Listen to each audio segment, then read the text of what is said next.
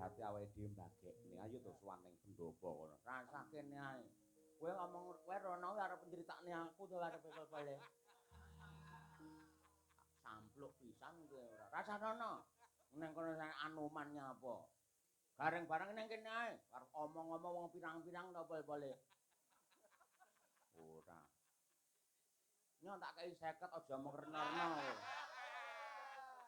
Ora sah kuwi balamu, ora ngerti. Semar ora ngerti lelakonmu kaya ngono kuwi. Ora ngerti le, bapak ora ngerti karo lakonmu ya bar kekancing ning WC ora ngerti. Mula gareng tak sampluk malah banter-banter le ngomong ora.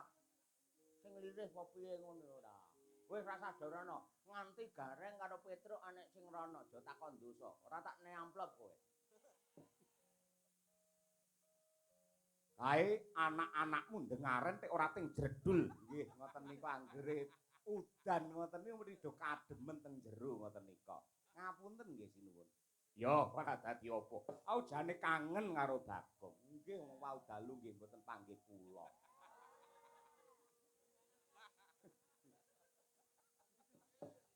Enten napa sinuwun nuwun sewu? Nyai Semar. Nadyanto yektine upamane Ratu Ndarawati ora blaka, panjenenganmu mesti wae wis prisa. Lamuta Ripalungguhan iki jagat ketaman retu, jagat ketaman panandang ingkang kebak prihatin. Ora mung negara Ngamarta kalebu Ndarawati, Mandura, Ripalungguhan iki nedenge ketaman bencana. Ya merga saka gedene udan dres ingkang prasasat rina wengi ora ana kendhate satemah ndadekake banjir bumi longsor gunung jugruk ingkang nuwuhake pangorbanan nyawa ora sithik cacahe. Lah, lakon sing kaya mengkene iki yektine dadi tanggung jawabe para sentana praja, para pejabate negara. Saya-saya sing jenenge para penggede kuwi yektine duwe kewajiban ngayomi ora mung marang kabeh para kawula ning uga ngayomi marang alam sakisine. Ning nyatane Kiai Semar, para penggede, para sugih kae ora ngayomi marang para kawula, ora ngayomi marang ya kuwi wujude alam sakisine, malah murang tata serakah dakah-dakah anggene kebangetan ya kuwi ngrusak anane tetanduran satemah nuwuhake banjir gedhe sing kaya mengkene. Lah, mula kang mangkono Kyai Semar. Lelakon iki dadi tanggung jawabe para satriyaning praja. Yen Ngamarta mestine dadi tanggung jawabe para Pandhawa. Nanging wiwit Yai Arjuna biyen disraya dening dewa mongko dadi jago munah satrumurka. Ya kuwi mungsuhe para dewa, Prabu Nagatasaka satemah Yai Arjuna bisa mateni mungsuh mau. Sang Hyang Girinata, Sang Hyang Bathara Guru paring kanugrahan kelawan Dimas Janaka, ya kuwi wujude garwa widodari saka Kahyangan Argadahana Bathari Dresanala. Mung emane nganti Ripalungguhan iki kok si Janaka wis pirang-pirang sasi katrem jenjem mapan ana Kahyangan ora bali marang Ngamarta. Mongko Ripalungguhan iki jumbuh karo sing ndak aturake ngarep. Para kawula mbutuhake ya kuwi pengayomane kabeh para sentana. Ngamarta mbutuhake marang pambiyantune para Pandhawa. Mongko Pandhawa ki cacahe 5 yen ora ana Arjuna tegese ora sinebut para Pandhawa. Sing ndak kuwatirake ya merga saka mendem kelawan kanikmatan edan kelawan rasa bungah merga dadi garwane widodari banjur ngibarate nguntal wujude gula krasa legi banjur dipangan saklodhonge pisan. Kejaba saka kuwi, Kyai Semar. Arjuna kuwi lak garwane adhiku si Sembadra. Ya to? Arjuna ki garwaku, garwane adhiku ya kuwi si Sembadra utawa Lara Ireng. Sing nyatane panjenengan ayo prisa dhewe. Wong wedok sing manute, sing jujure kaya Sembadra ki jagat tanpa ana timbange, tanpa ana loro. Parandene pirang-pirang sasi ditinggal ning Kahyangan mergo duwe bojo widodari. Tegese patrape Arjuna ki padha karo nglarani rasane si Bratajaya. Lah, gandeng Kyai Semar sing rina wengi sejatine tansah momong kelawan Yayi Arjuna ning ya gene sakjroning Yayi Arjuna kalimput kaya mengkene kok Kyai Semar mung meneng wae. Bremara rek manguswa myung ambrang kadi karunaning kaswase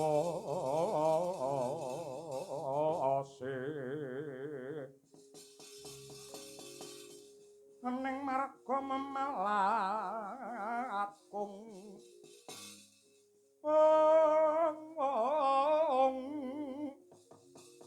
Risang Ganda Wastratmaja leng-leng lalu ngulati Surya mangrangsang wayah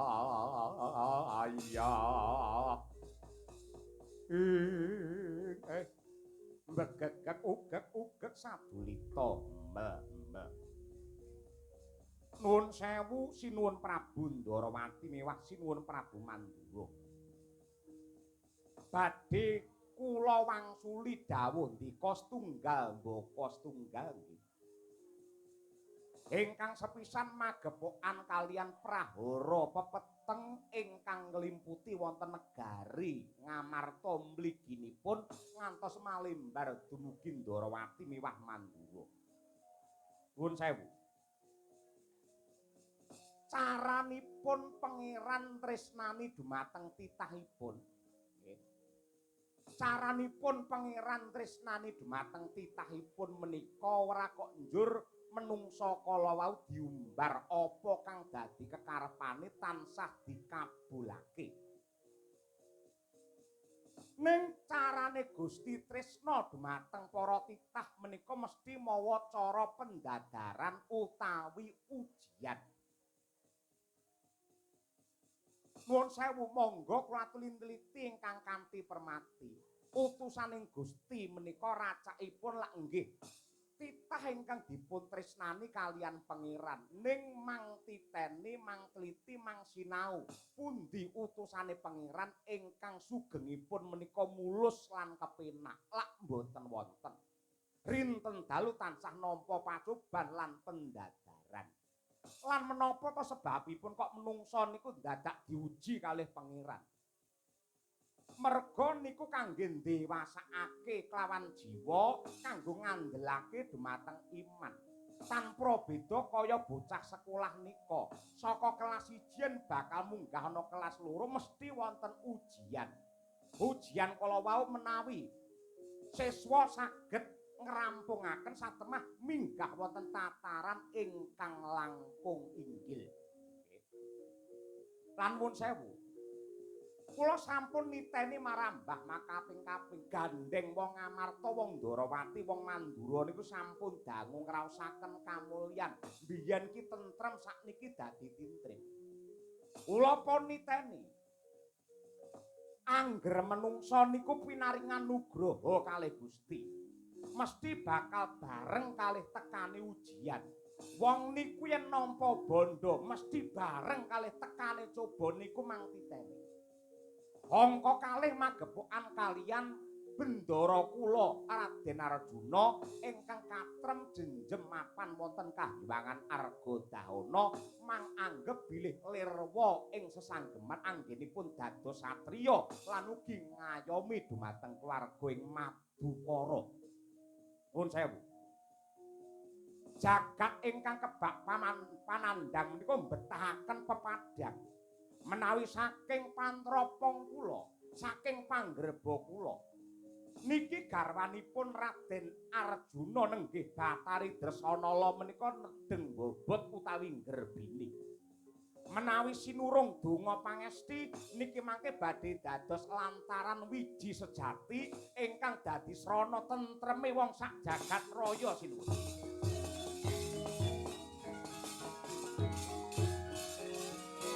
Sopantuk madyun ing alam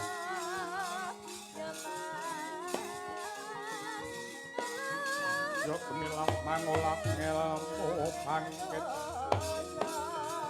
bangkit mikaprak mangukut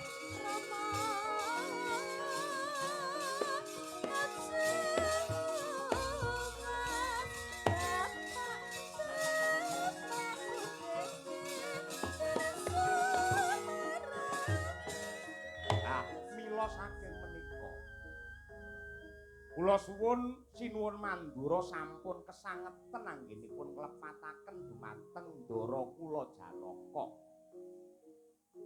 nika nembe pratitesaken laire Sang Wiji Sejati mapan wonten ing Kahyangan ampun mangganggu ampun manggoda lan ampun mangpaidu ampun mangklerokke malah prayogi monggo dipun surung mawi donga kemawon. Adatipun menawi kahanan niku petenge sampun dedet mangke padange enggal teka sinuwun.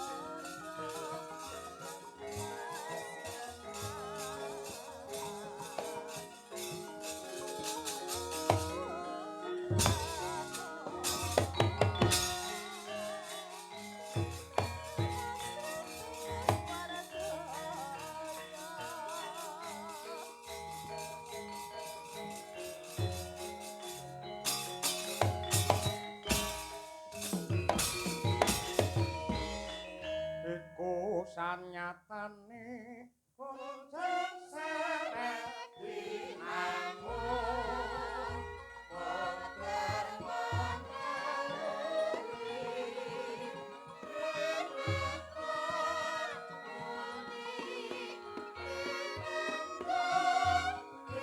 Talukun lagu ing lekas lukit kalino ing kidung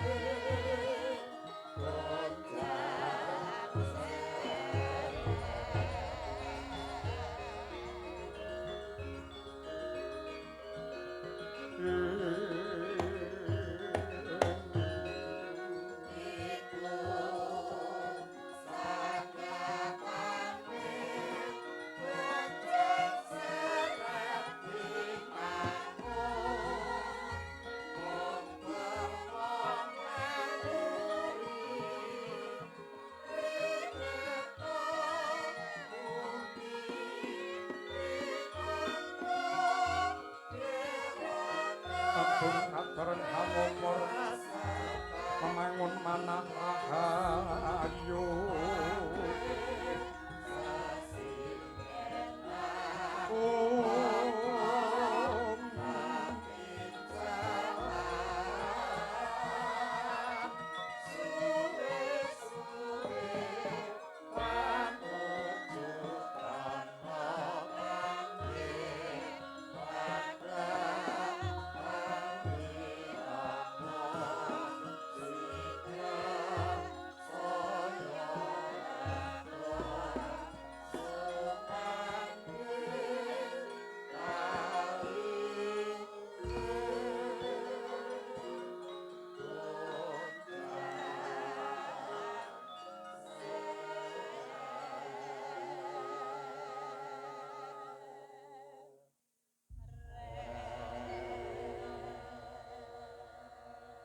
kita linuding kidung kadung kadereng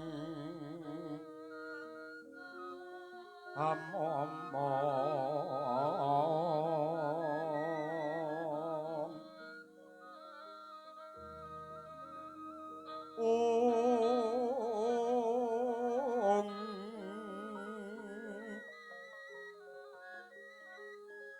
memangun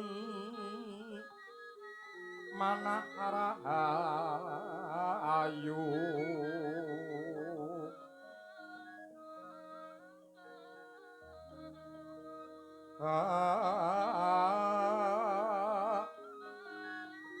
gono tanah kolo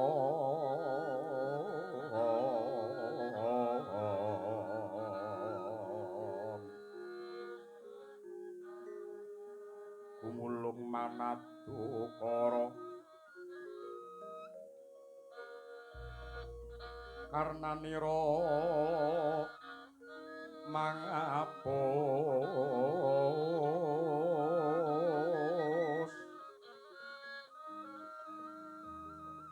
puspita wangsalan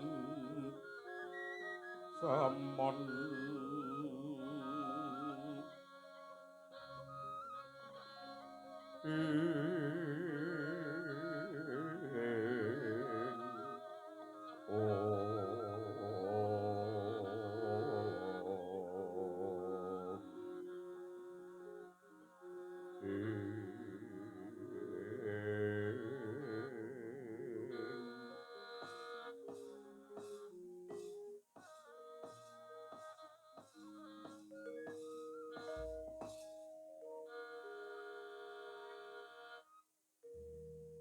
Kula nuwun sewu amit pasang Kalimantan beti neboning tolak manut mawang tawang tuwang. Nuwun pangapunten dene sowan kula ganggu ingkang nembe saben jagung. Dipun tepangaken kula menika Narendra wingking saking negari Nusa Kambangan dene jejuluk kula Prabu Gendra Asmara. Sinten? Prabu Gendra Asmara. Gendra niku geger asmara pun ngarani niku maknane kados pundi? Awit kula sampun marambah makaping-kaping palakrama niku mung tansah geger pegatan. Mila nami kula Gendra Asmara.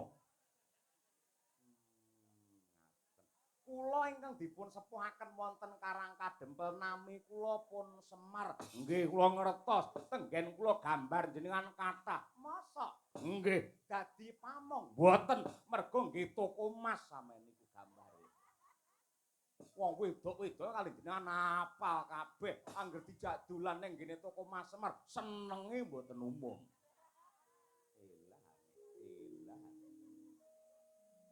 Dipun sekecakaken anggenipun pinarak. Nggih. Ingkang wingking menika lak Nata Ndarawati Sri Bathara Kresna. Inggih sinuwun. Kula pun Narendra Ndarawati ngaturaken kawilujengan anggenipun rawuh. Nggih. Ngaturaken panuwun ing tanpa upami sembah pangabekti kula maman watwa kunjuk sinuwun. Inggih sampun kula tampi. Ingkang wingking piyambak menika Sinuwun Prabu Baladewa. Nek apal karo bangsane Ratu Tanah Jawa, nggih apal. Kalih Semar apal, kalih Prabu Kresna apal, kalih Prabu Baladewa apal. Mergo napa? Kula niku golongane wong sing seneng nanggap wayang, ngoten niku. Mila kalih bangsane wayang niku kula apal. Mergo mboten saged dipun pisahaken antarane tani brambang kalih wayang. Lah niku. Nyolong petek banget iki. Katone iki ratu apik Yai Ndarawati. Nggih katonipun ning dereng dipun buktekaken, dereng dipun nyatakaken lho Bapak Prabu. Lah nuwun sewu. Tebih lampahipun kok ngantos keplantrang wonten ing dusun kula mriki wonten napa sinuwun Gendra Asmara. Nuwun sewu. Yektosipun kula kala wau niku kecilik. Kula niku sowan wonten Kraton Ndarawati. Lah aturipun para Sentana Praja bilih Sinuwun Prabu Ndarawati jengkar saking praja tindak wonten ing Klampis Ireng mila kula sumusul mriki dados yektosipun anggen kula sowan wonten Karang Kadempel menika badhe matur dumateng Sinuwun Prabu Harimurti. Ingkang dikersakake kepiye? Nuwun sewu. Sembadra utawi lara ireng menika lak ingkang rayi to. Lajeng kula mangertos Sembadra menika kagarwa dening lananging jagat lan curing Madyapada panengahing Pandhawa nenggih Raden Arjuna. Ning manut aturipun para ingkang kula pitaya dados telik sandi sampun pinten-pinten wulan menika Janaka nilaraken dumateng Sembadra. Kula menika nuwun sewu yektosipun Blaka Suta blak utang terus terang kula menika kedanan kula menika gandrung kayungyun kalian Wara Sembadra menika wiwit riyin. Ning kula badhe cumantaka kula badhe murang tata mboten wani karena sampun kagarwa dening Raden Arjuna. Lah sakmangke kok kula mireng kabar bilih Raden Arjuna menika nilaraken Madukara tegesipun mboten wonten ingkang ngayomi dumateng Dewi Wara Sembadra. Lah kula rumangsa mesake ing atase wong wadon sing ayune kaya ngono, wong wadon sing setya bektine kaya ngono, wong wadon sing becike kaya mengkono, wong wadon sing jujure kaya ngono, parandene kok mung ditinggal roba-rabi ngoten mawon. Kula niku mung nyawang, nek ati kula nek melu lara ngoten lho. Melu boten trima ra sing manah kula. Lah pancen boten maiben bilih Raden Arjuna pancen ganteng kliwat ukur. Ning nggih niku wong wadon kok golek wong ganteng. Yen gantenge mboten tekan batin nuwun sewu namung rusak dumateng atinipun. Ditinggal rabi, tinggal wayuh, tinggal selingkuh sing wedok akhire saya kuru, jantungan banegu mudar. Saderengipun Sembadra mangke malah cilaka. Kula kok pengin boyong Sembadra dhateng kraton kula ing Nusa Kambangan mongko dados garwa Prameswari. Kula sampun pikantuk wangsiting dewa menawi kula saged anggarwa Sembadra mangke badhe nuwuhaken katentreman tumraping negari kula ing Nusa Kambangan lan menika garwa kula ingkang sampun dipun jodhokaken dening jagat nadyanto rumiyin mawali-wali palakrama tansah pegatan menawi menika mangke ketingalipun badhe langgeng menika malah sumpah kula menawi kula dipun kaparangan malakrama Sembadra badhe kula ladosi badhe kula ayomi ngantos kukuting nyawa kula. Krodha muntat lir kinetap Sukaya sinipe aja bang mawing wengis netra kocak muncar mandir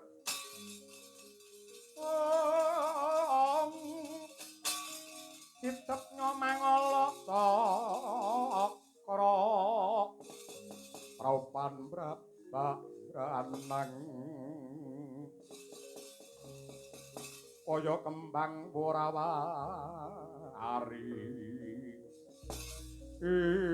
nuwun sewu paduka Sinuwun Prabu Baladewa mesti mboten rena ing penggalih adatipun menawi wonten Ratu Sabrang dumugi tanah Jawa mesti paduka banjur duka njenengan nesu ndukani ngetaki dumateng Ratu Sabrang kala wau gegayuhan kula menika luhur karep kula menika suci mulyaken ingkang rayi iya aku ora maido sing nesu iki lho sapa iki aku malah bakal ngencengi rembug ngene lho perkara kowe gandrung karo Sembadra monggo ning ripalungguhan iki Sembadra ora kena diganggu mergo apa sajroning Janaka lunga Sembadra kuwi ning sanggar pamujan ora metu saka kono ora gelem ditemoni karo sapa-sapa mula ripalungguhan iki tak kandhani Prabu Gendrasmara kowe tak kandhani yektine ana putri sing warnane pakulitane pasuryane meh padha karo Sembadra Tur lamun to aku antuk pangsiting dewa, mau dewa sapa? Nggih, Kahyangan. Lah ya kabeh dewa ning Kahyangan rene ning guyangan. Dewa ing Suralaya. Lah ya aku ya antuk pangsite dewa. Pangsitmu jam pira? Nggih jam sekawan sonten. Lah aku jam 5 sore. Kowe bakal Nyakrawati mbau dendha dadi ratu ning negaramu Nusa Kambangan lamun to bisa malakrama wong wadon sing wujute memper ayune padha karo Sembadra. Sinten menika? Wonge ya nang kene ning mapan ana ning njaba. Golek ana ning njaba, waton kowe ketemu karo wong ayu sing jenenge Dewi Setyaki. Pan bojo kuwi simbole kamulyan.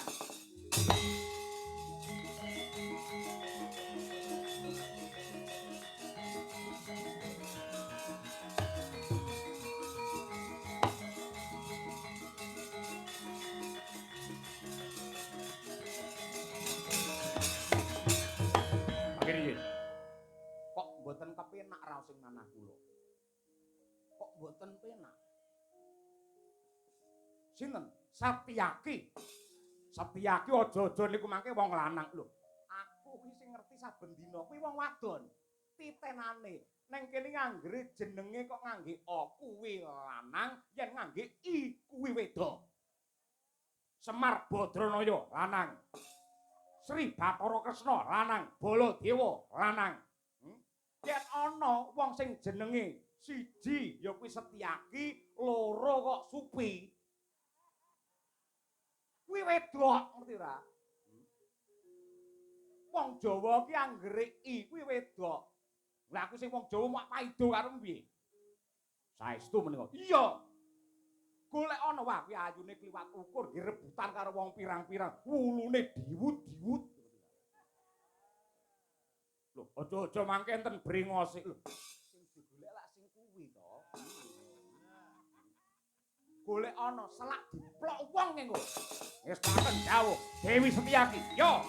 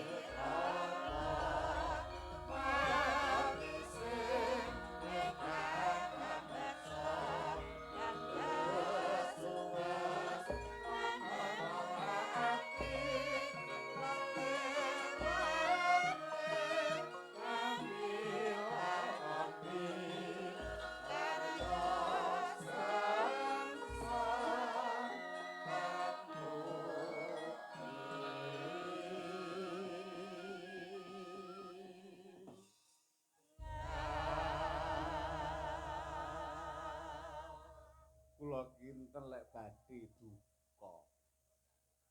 Jebul kok wah pintere gawe sanggit ngantos ngoten. Setyaki tumo to. Tujune kok melu cahe lho. Ora melu kecelik lho iki mau Ratu Sabrang saka Nusa Kambangan. Lah iki jenenge Rekadaya. Ya kumpulku karo Yai Kresna entuk-entukan ya ngene iki. Mula awake dhewe ora perlu gagas bangsa sing jeneng Ratu Sabrang sing arep ngruwet karo kahanan. Perkara kaya ngono kuwi lak ana Anoman, ana Setyaki lan liya-liyane men ngrampungke perkara. Nah, kula sarujuk menawi ngoten niku. Merga kula jenengan Natandrawati ora nom neh wis dadi wong tuwa. Sing jenenge wong tuwa niku kudu kena tinuwa tuwa lan tinuwe-tuwe. Ha. Ripalungguhan iki banjur kepiye? Nuwun sewu. Sinuwun Mandura miwah sinuwun Prabu Ndarawati. Monggo ripalungguhan samangke malah kula dherekaken manjing sanggar pamujan ing Karang Kadempel ning sakwontenipun. Kula dherekaken nyambung raos kalian Gusti ingkang Maha Kuwaos. Mugi-mugi lelampan menika enggal antuk pepadang satemah negara Ndarawati Mandura ngamarta tansah kuncara jayeng dawana.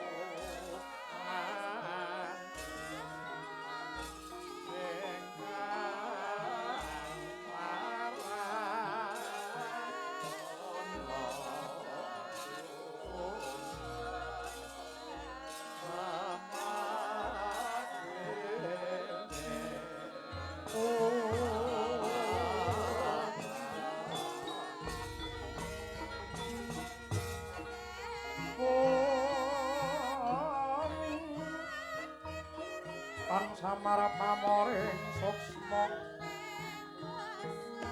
sinuksmaya winaya pingasakti